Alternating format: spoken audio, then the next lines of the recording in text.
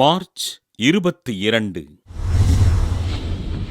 இயேசுவின் இதயத்தின் புனித மரிய ஜோசிஃபா.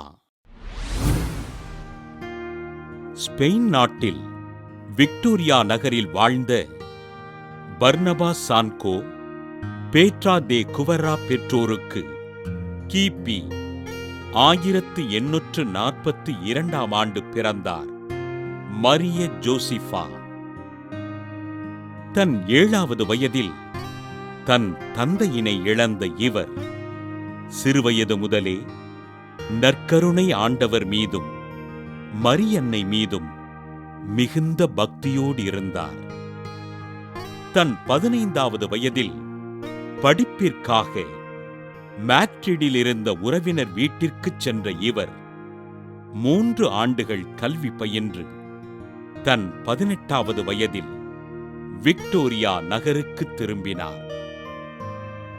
கிபி 1860 மரியின் ஊழியர் துறவற சபையில் சேர்ந்து பயிற்சி பெற்ற ஜோசிஃபா, பேராயர் கிளாரெட் மற்றும் சபை தலைவி புனித சொலடேட் டோரஸ் அகஸ்தா ஆகியோரின் அனுமதி பெற்று மரியின் ஊழியர் சபையிலிருந்து விலகினார்.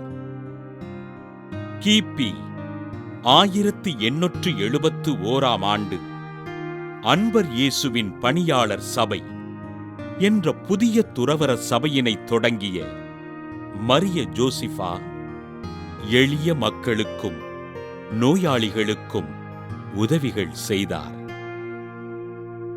நோயாளிகளுக்கு மருந்து மற்றும் உணவு கொடுப்பது மட்டுமே அருட்சகோதரிகளின் பணி அல்ல, அவர்களின் உள்மனக் காயங்களை ஆய்ந்தறிந்து பரிவுடன் பணியாற்ற வேண்டும் என்று கூறிய ஜோசிஃபா, இறைவனை மையமாக வைத்து நோயாளிகளுக்கு சேவை என்பதனை தன் சபையின் நோக்கமாக அறிவித்தார்.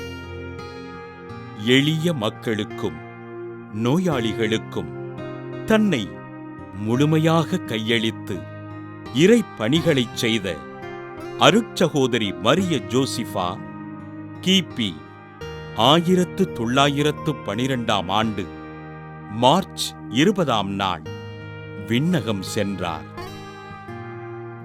அருட்சகோதரி மரிய ஜோசிஃபா கல்லறையில் ஜெபிக்கின்ற மக்களுக்கு புதுமைகள் நிகழ திருத்தந்தை 2ஆம் ஜான் பால் 2000வது ஆண்டு அக்டோபர் 1 அவரை புனிதராக உயர்த்தினார்.